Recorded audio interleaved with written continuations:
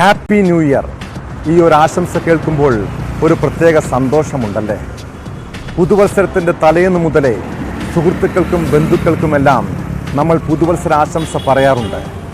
തൃശ്ശൂരിൽ ഒരു യുവാവിന് നേരെ ആക്രമണമുണ്ടായത് ന്യൂ ഇയർ ആശംസ പറഞ്ഞില്ലെന്ന നിസ്സാര കാരണത്താലാണ്.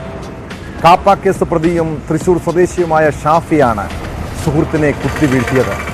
ഷുഹൈബ് എന്ന യുവാവിനെ 24 തവണയാണ് പ്രതി കുത്തിയത്. ഗുരുതര പരിക്കേറ്റ ഷുഹൈബ് തൃശ്ശൂർ മെഡിക്കൽ കോളേജ് ആശുപത്രിയിൽ ചികിത്സയിലാണ്.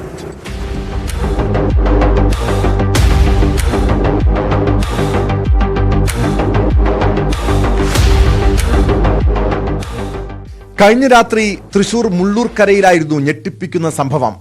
ആക്രമണത്തിനിരയായ ഷുഹൈബും 4 സുഹൃത്തുക്കളും ചെറുതുരുത്തിയിൽ നിന്ന് ഗാനമേള കഴിഞ്ഞ് മടങ്ങുന്നതിനിടെ മുള്ളൂർക്കരയിലെ ഒരു ബസ് സ്റ്റോപ്പിൽ ഇരിക്കുകയായിരുന്നു. ആ സമയം അതുവഴി ബൈക്കിൽ വന്ന ഷാഫിയും സുഹൃത്തുക്കളും ബസ് സ്റ്റോപ്പിലെത്തുകയും ഇവരോട് ഹാപ്പി ന്യൂ ഇയർ പറയുകയും ചെയ്തു. എന്നാൽ ഷുഹൈബും സുഹൃത്തുക്കളും തിരികെ ആശംസ പറഞ്ഞില്ല. തുടർന്നുണ്ടായ തർക്കത്തിലാണ് ഷുഹൈബിന് കുത്തേറ്റതെന്നാണ് നിഗമനം. നിലവിൽ തൃശൂർ മെഡിക്കൽ കോളേജ് ആശുപത്രിയിൽ ചികിത്സയിൽ കഴിയുന്ന ഷുഹൈബിന്റെ നില ഗുരുതരമാണ്. പ്രതി ഷാഫി 24 തവണ ഷുഹൈബിനെ കത്തികൊണ്ട് കുത്തിയെന്നാണ് പോലീസ് പറയുന്നത്.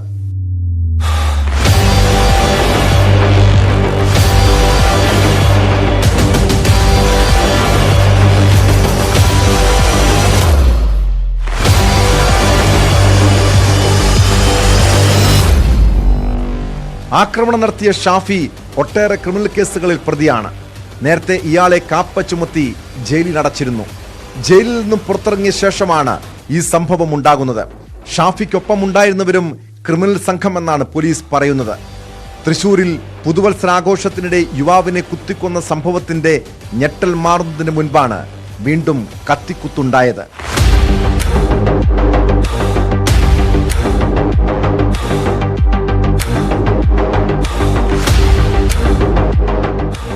ന്യൂസ് 18 തൃശൂർ.